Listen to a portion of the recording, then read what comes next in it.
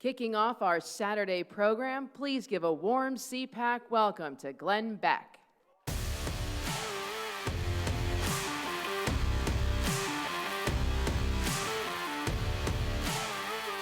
Good morning. Good morning, good morning, good morning. I want to thank CPAC and Matt Schlapp for asking me to come and give the wake-up call because it is really easy this year to do it. Somehow or another, we have all fallen asleep at the wheel. Somewhere along the line, we all got sloppy. Someplace along the line, maybe out of pity, maybe out of kindness or laziness, we just got out of the way and let socialism redefine itself. Somehow or another, in 1945, we knew exactly what socialism was, what it did in the real world. There was no mystery about it in 45. It was concentration camps. It was gas chambers. It was pogroms. In 1969, we were very well aware of what it was. It was Pol Pot. It was the killing fields in Cambodia and Vietnam.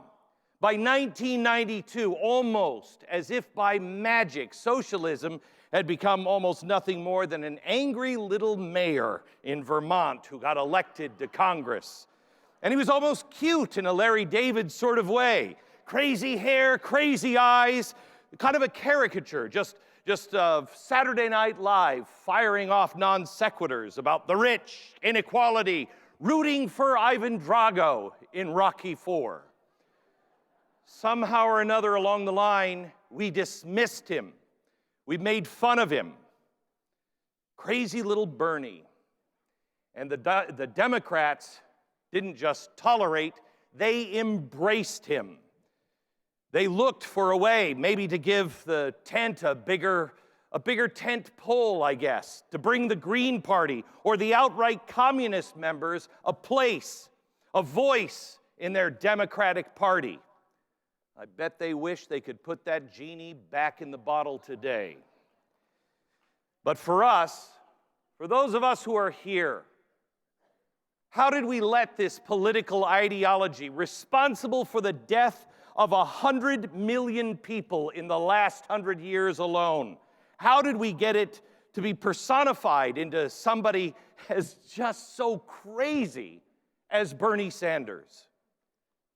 Perhaps this is exactly how the German people felt in 1929. He's just a fiery speaker. He's eccentric. He's exciting. He's passionate. He's honest. He's consistent with the issues. I don't agree with him on everything, but at least the truth is the truth with him. Maybe they didn't see it coming either. Perhaps they did. I hate to say it, but this is our fault. This is our fault. My generation for sure. We let socialism go from gas chambers to tax the rich in the course of one generation. Well, today, as they say, you break it, you bought it. Good.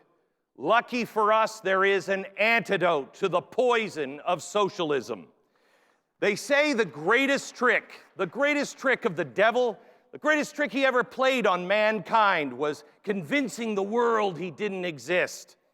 Well, the greatest trick socialists ever played was convincing the world that capitalism, the free market system, has anything at all to do with money. Let me say that again. Capitalism, the free market, has nothing whatsoever to do with money. Money and capitalism, despite what you've been told, free market capitalism is not an economic system. Adam Smith, I think, kind of had this a little wrong. Hear me out. The free market is a moral, human-centered political and social system.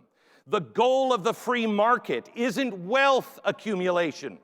It is the recognition of the nature of human beings for who we are and the legal and equal enforcement of that natural liberty on all citizens. Wealth accumulation. Wealth accumulation isn't the goal of the free market. It's the natural and inevitable result of the free market. Maybe we need rebranding. Capitalism is humanism. It's Homo sapienism.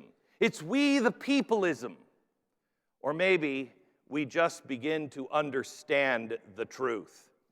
The key here is that somehow or another we have let the debate be framed between our side, the free market and money, and their side, a social safety net and helping people. Can we just say that's a crock of bullcrap? Because it is.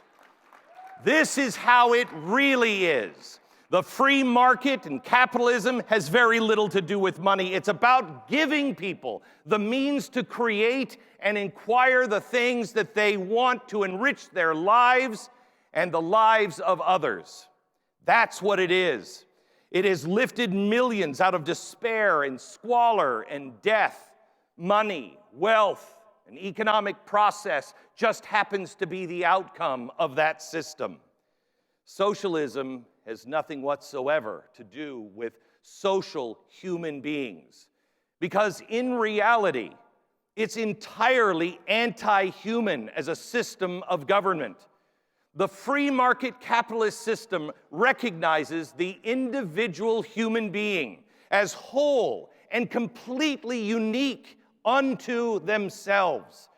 The individual existence is real, it is true, it is natural. Whether you're alone on a desert island, living in a small village, or on the top of a condo with the word Trump above your head. The value as a living human being is not dependent on any other person or group of people. The individual has value because the individual has an eternal soul. And because mankind was created in the image of our Creator, each individual shares a piece of his divinity. Their existence is a moral good and a value, even if they're the last person and individual on the planet. Their life matters whether or not there is a government, there is a tribe, there is a Congress. Each person is an independent, sentient, living being who has the God-given gift of free agency. They have their own hopes and dreams and goals. And each of us has a unique identity. In the socialist system, the individual is inherently and always will be subordinate to the collective. Individuals in socialism learn and live to serve the needs of the collective or the group. Socialism is the doctrine that man has no right to exist for his own state, that his life does not belong to him. It belongs to society, that the only justification of his existence is that he serves that society, and that society may dispose of him any way or any time it pleases, for the sake of whatever it deems to be its own tribal and collective good.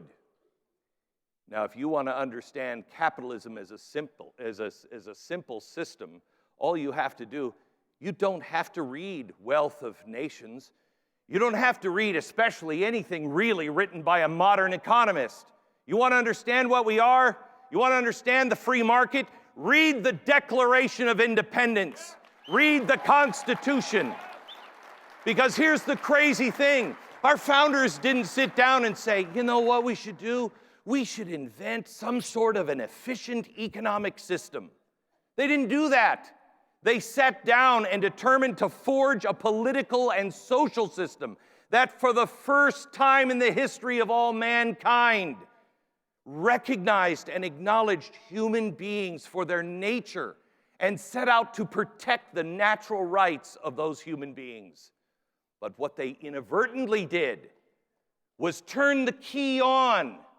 They started the engine. They enabled the most lucrative economic system in the history of the world because they freed the individual. But other Other than fishing rights in the Atlantic, the Constitution doesn't imagine any kind of economic system or business interest at all. The founders didn't need to invent or create the economic system of capitalism by building a system of government based on the protection of the smallest of all minorities, you, the individual. Capitalism and the wealthiest nation was just a simple inevitability.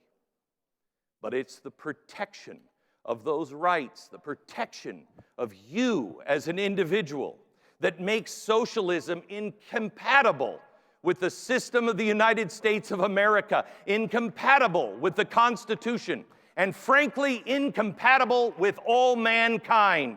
Because socialism fails to recognize man's true nature and value as an independent being. Simply put, socialism just doesn't comprehend the species of man. It is wholly unnatural and therefore wholly evil. They think that they're the party of science. How about we ask them just to examine the species that their government system seeks to control? We were created to be free. We were created to chart our own course. But why would we expect socialists to be able to ever comprehend or understand the human species when they today insist that men can have periods? Men can't have periods. And quite frankly, if you're bleeding once a month downstairs, gentlemen, get yourself checked. Something's wrong. Make sure you go to a private hospital. Make sure you even maybe go to a religious hospital that's not busy celebrating abortions. Get yourself checked. It is the lies and the forced parroting of those lies that make revolutionaries like Bernie Sanders evil and dangerous. You know, for a long time, we thought we knew what a Marxist was. We thought we knew what a Marxist looked like. I've spent a lot of time pointing out Marxists. I spent a lot of time pointing to Barack Obama and saying, look at the Marxist in the White House. But you know what?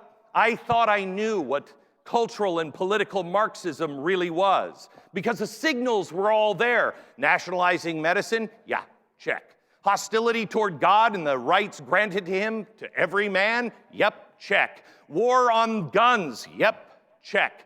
So we figured we had a Marxist. But here's what I had wrong. Obama didn't have the bloodlust of a Marxist revolutionary. He was greedy. He wanted money. He became a progressive Democrat who liked Marx, and he surrounded himself with Hillary Clinton's team. That's not a Marxist revolutionary. Bernie Sanders is. Bernie Sanders hates the Democratic Party. He loves Karl Marx. He hates America, but he loves the Soviet Union. He hates the individual, unique human beings and loves the false utopia of equality for all. He hates capitalism, but he loves breadlines. He actually said breadlines are good because everybody is standing in them. Nobody has food. He hates the fact that millionaires, which he is one, get special treatment. He hates billionaires, except for Fidel Castro, who at the time of his death had $9 billion squirreled away.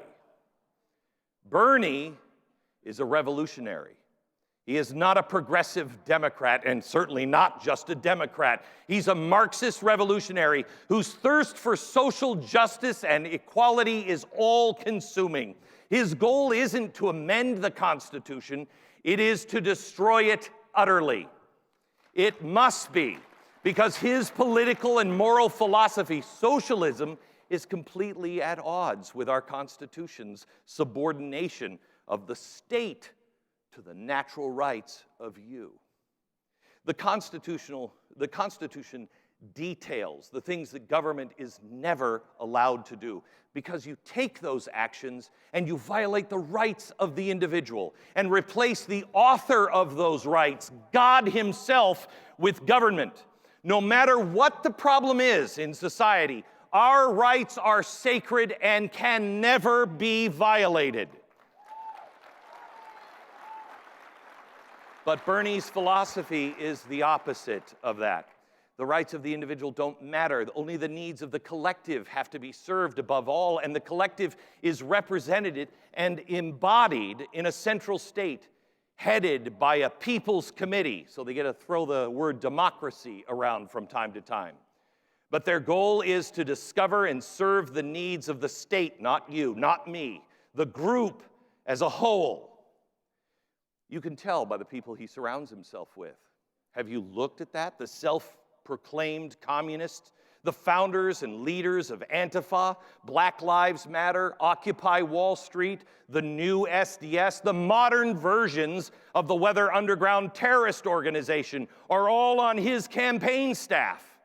These are not grassroots groups of Democrats. They are Marxist revolutionaries who believe in nothing short of the complete overthrow of the United States and destruction of the Constitution and the free market system. And please, let us stop calling them Bernie Bros, because they are not my brother. They are not something that is funny.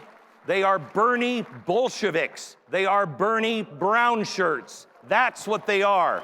And their revolution will result in death and misery.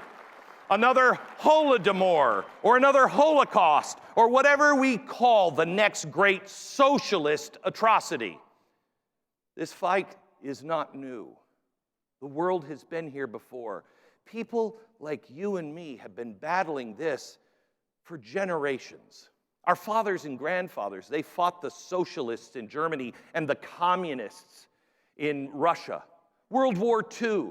But in a way, they kind of had it easy. I mean, in their time, the bad guys wore black US or SS uniforms made by Hugo Boss and had little funny mustaches. But our bad guys come off just as crotchety humanity professors, whining about class warfare and how crappy white people treated the Native Americans. We have to stop pretending that socialism and its modern prophets are innocent or comedic or sideshows or just another choice. And the ghosts of over 100 million dead victims of Marxist ideology cry out to us in this generation from their blood-soaked graves to remind us this isn't a joke. This is the fight of our lives. This time it's our turn. Today is our day. Today is the time. This, as Reagan said, is our point of choosing. We are called upon to carry the cross, dare I say it, of freedom and liberty for one another, for our friends and our neighbors and our kids and our grandkids, for every person that we've never even met before who has lived without the blessing of liberty, and for the future generations here and in Venezuela and everywhere else who deserve freedom. Make no mistake, we are at war, and may it forever remain a Cold War. But it is a war that has been going on for a long time, and the next enemy wave is right here at our gates. They are inside of our gates. And no matter how the media spins this, they're not harmless, grumpy grandpas. They're not. They're armed with pipe bombs, Molotov cocktails, and guns. They are here for revolution. The one of their professors has been telling them is just around the corner. They believe it.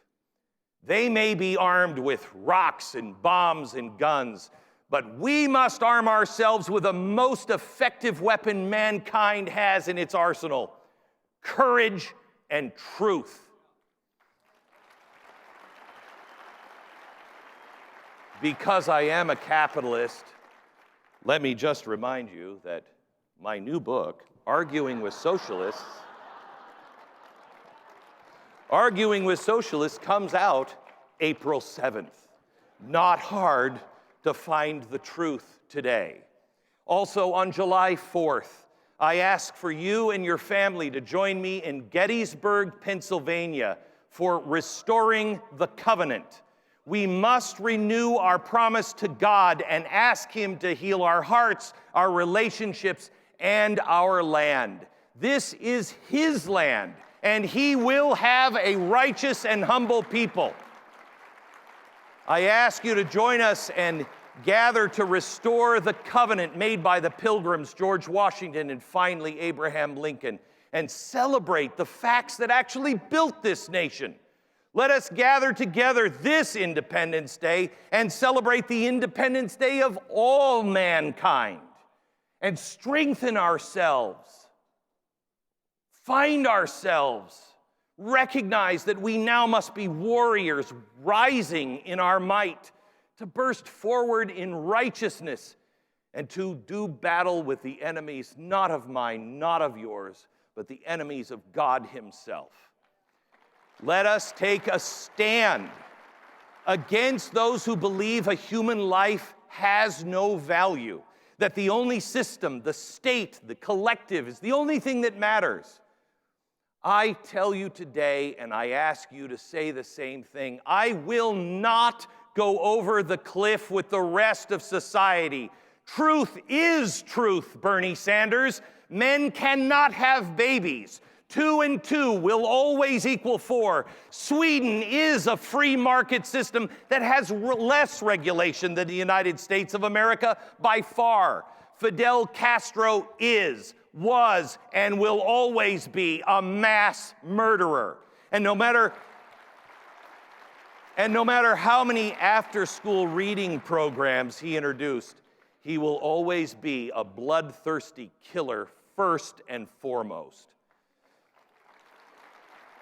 The truth is that America, even at our historic worst, will always be better than the Soviet state was, even with their beautiful chandeliers in the subways. Always. And frankly, Bernie, America will always choose the man who will protect and defend the Constitution of the United States of America. The man who will stand up and protect the free market, not because of wealth, but because of the individual. America will always choose the individual who will stand up for our right to defend ourselves, our religious liberty. A man who loves the country, not hates it, will choose that every time if we simply remember who we are and stand up and realize that socialism and communism build evil empires every single time, then yes, Democrats, even Donald Trump will kick your ass every single day of the week, and twice on Election Day.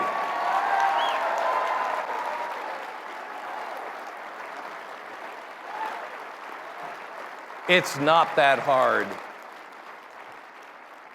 Here's the thing, it's time for us to pay the price of freedom and liberty. The one previously paid by our founders who risked everything for the blessings of liberty, not just for themselves, but for everybody. Whatever you learned and saw this week at CPAC, however you were inspired here in the last few days and yet today, let this be our pledge to each other as we say goodbye at the end of the day and go home to our families and our jobs. Let us recognize the fight that we're actually in and the nature and the scope of our enemy's resolve. Let us recognize that we are the party and the people who protect minorities because we are the party of and for human beings and human life. Let us always be, as we always have been, the people of liberty. Let this today be our solemn vow and oath. We owe it to one another and the future to pay the great debt we owe to those who came before us, the duty we owe to pass this legacy that liberty and justice shall not perish from this earth. I was asked today to come and wake you up. I would ask that you would all stand. I want to do something a little unconventional. I would like you to stand and raise your right hand to the square. I'm not going to ask you to repeat after me. I'm going to ask you to say the words with me. And if you can't do that, you must recognize that you cannot fight, you cannot defend, because you don't fully know or understand. It hasn't been written and etched on your heart yet. And you will be of no use. Together, let us declare that we are awake, and together we hold these truths to be self-evident, that all men are created equal, and that they are endowed by their Creator with certain unalienable rights. And among these are life, liberty, and the pursuit of happiness. And in support of this declaration, with a firm reliance on the protection of divine providence, we mutually pledge to each other our lives, our fortunes, and our sacred honor. Amen.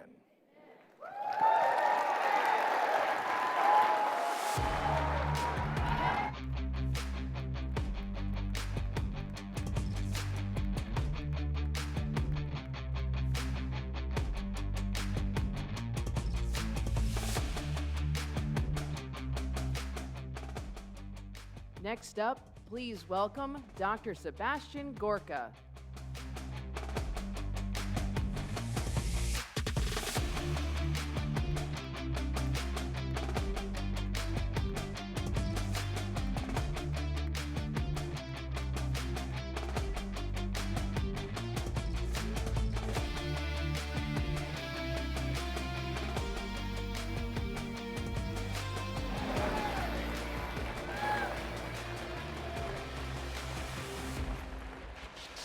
Wow. Wow. I am impressed. 8 a.m. on a Saturday. You guys just wanted to get here early for my boss, right? For the president. I get it, but not too shabby. Glenn Beck to warm the crowd up. God bless you all. God bless you all. Thanks for being here. I'm going to do something a little bit different. Can I ask you guys a question?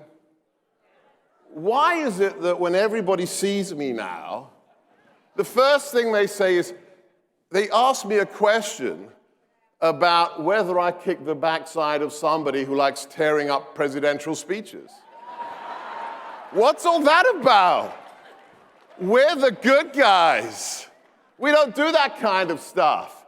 Did you see that California congressman yesterday, Garamendi, threatening violence against Don Jr.? Unbelievable. But hey, I know Don, and my money's on Don. But we don't do that. We don't have an Antifa. The left does. That's who they are. They're normalizing violence. Think about this. I love all those red hats. In some parts of this nation, to put on a hat that says, "Make our country great again," makes you a target. Just internalize that. What does that mean about the nation we live in? It means that the left has become extreme. Yesterday, was it yesterday or the day before? Charlie Kirk made some news. He made some headlines. Why? Because he said, guess what? We could have a socialist president. We could. He's right. America needs to wake up. America needs to understand the reality of the threat that this November could come to fruition. I'm going to do something a little bit different today. I'm a national security guy. I have a national radio show called America First. Thank you. And Jesse Waters calls me the scariest guy on TV.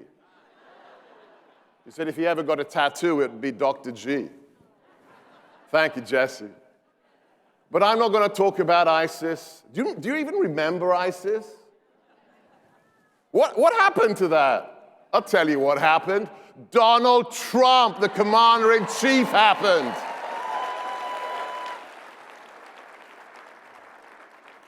But I'm not going to talk about that. I'm not even going to talk about my time in the White House. A glorious, glorious period. The high point of my career as Deputy Assistant for Strategy to the 45th President of the United States. What an incredible, incredible 3.5 years. Unbelievable. But I'm going to do something a little bit different today, because I think there's only two people who've addressed this audience. I think the only other person is my buddy, Nigel Farage. There's only two people of all the incredible speakers who've addressed you who've actually lived in a system with socialized medicine. It's only me and Nigel. And I want to talk to you about not the 100 million people who died as a result of communism and socialism in the last century. I want to talk to you about what's going to happen if Bernie Sanders or any other socialist becomes president. Here's the reality. I grew up in the UK. In the UK, there's something called the NHS. The government runs healthcare. The government, like the DMV, like the VA. Think about the DMV running your healthcare. My best buddy in the UK had to get an MRI just a few months ago. He had to wait 6 weeks. I just had this accident, and you should see the other guys. And I got an MRI stat like that. Why? Because we're free here. We are free people. The greatest nation on God's earth has the greatest medical care. But, Bernie, didn't Bernie have a heart attack? Did he go to Venezuela to get treatment? Did he go to Cuba or Canada? Did he go to Canada? Of course he didn't. He got treated here. Why? Because he wanted to live. That's why.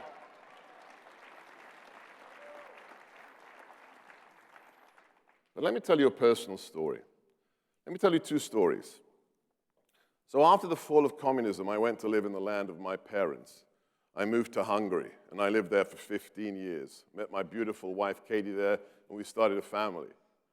My first daughter, my first child, my daughter was born in Hungary. And Hungary had just come out of communism and had socialized medicine. The government ran medicine.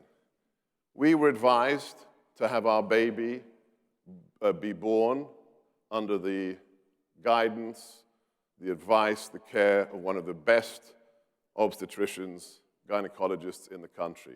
Lehel, if you're listening, we miss you. But before that happened, he told us, by the way, when you come to the hospital, one of the fanciest state hospitals, please bring 3 things. Will you bring toilet paper for yourselves? And will you bring for me and my team? And I swear on the Bible, he said this. Will you bring me soap, and if you can find it, surgical gloves? Please, because it's hard to find them. I'm going to find the sutures myself, but can you bring surgical gloves? Think about that. In a free Hungary with socialized medicine, a doctor like Lehel, one of the best in the country, was earning $350 a month. How do you survive as a surgeon, as a doctor, as an obstetrician? Because Hungary has a system called hálópénz, which means gratitude money. Basically, it's tipping. And there's an informal chart that everybody knows about how much cash the patient gives the doctor in gratitude before the operation. Knee surgery was $200. Birth of a child starts about $1,000. So think about that. You're being taxed to the hilt to pay for this free national health service. But if you want good service, as opposed to waiting in a line with everybody else, you better have a big stack of cash to give to the doctor. Do you want that? Because that's socialism. I can talk to you for hours about what my parents went through under the socialist system. My father arrested, tortured by the secret police, put in prison with a life sentence at the age of 20. I can talk to you about the marks on his body that I realized as a child weren't wrinkles because he was too young. Those were the scars of where the secret police had bound his hands together with wire behind his back so they could hang him from the ceiling of the torture chamber. I could go on and on and on. But in America, it's hard to relate unless you're the kid of somebody like that. If you're born in the freest nation in God's earth, it's hard to believe that. I chose this country. I'm a legal immigrant.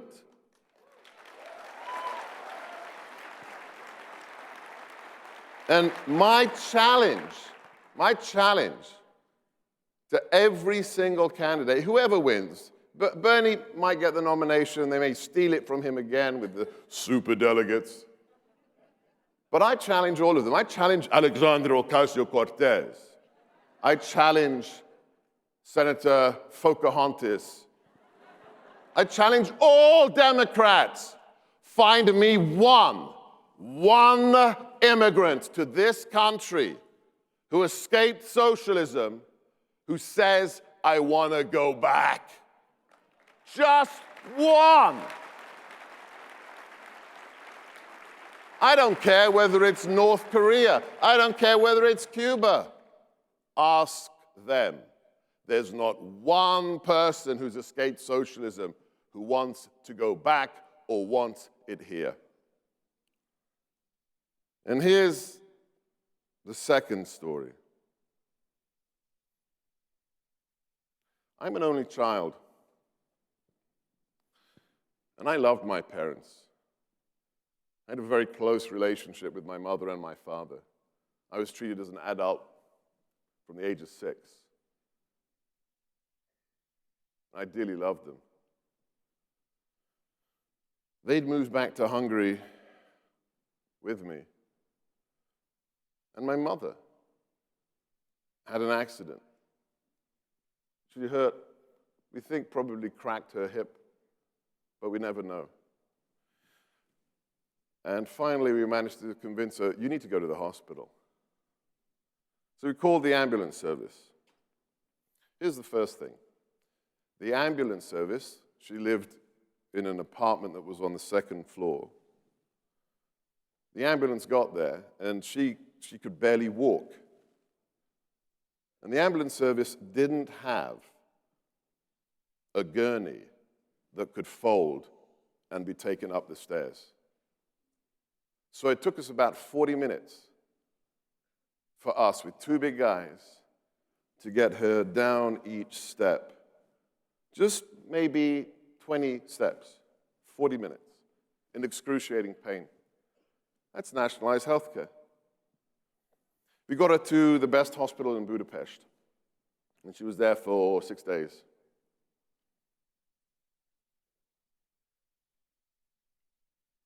She died on the 7th.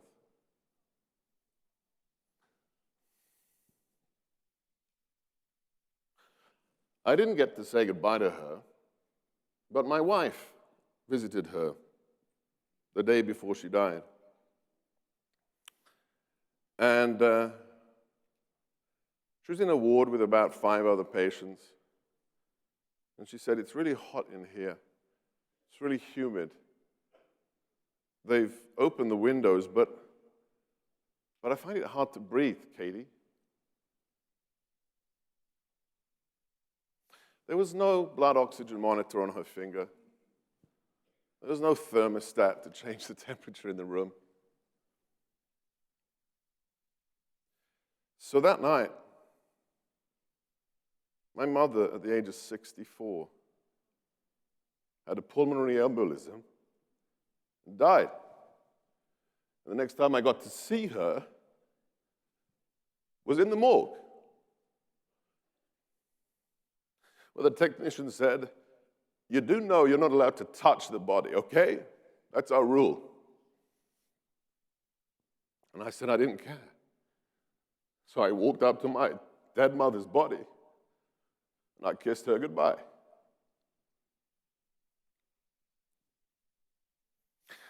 In America, people don't die of pulmonary embolisms. If they do, it's a fluke, but not in a hospital. They just don't. Why? Because we have freedom, because we have a free market, because we have the best health system in the world. So I have a request to you. You're the good guys. You're my team. You're on Team Trump. God bless you all. You're the base.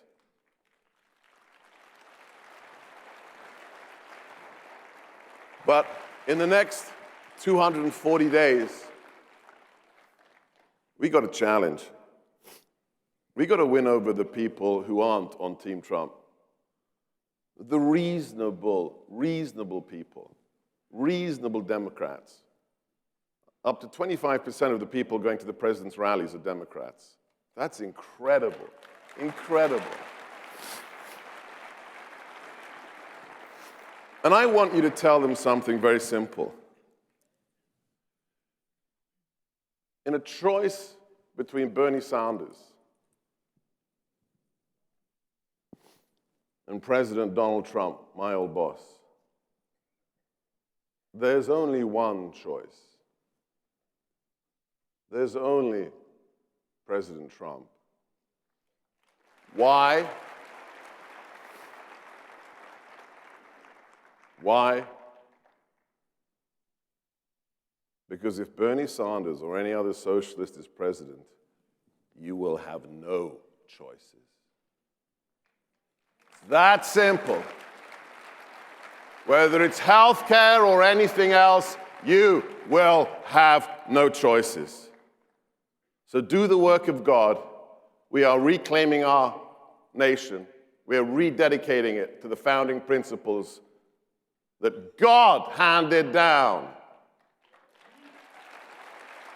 that are enshrined in our founding documents. We are happy warriors, but let's make this tent as big as possible. And for the next 240 days, because it is a war for the soul of our nation, I want you to send that message. In a choice between Bernie Sanders and Donald Trump, there's only one choice, because otherwise you won't have any choices. So, one last request every day, every morning, every night. Please say a prayer for the president. Say a prayer for the first family, because we need to win this one. And people got a little bit perturbed last year about what I said about AOC and the Green New Deal. But it's okay, because I'm off to get in my gasoline-powered Mustang and to have a cheeseburger. Get your Trump on. God bless you.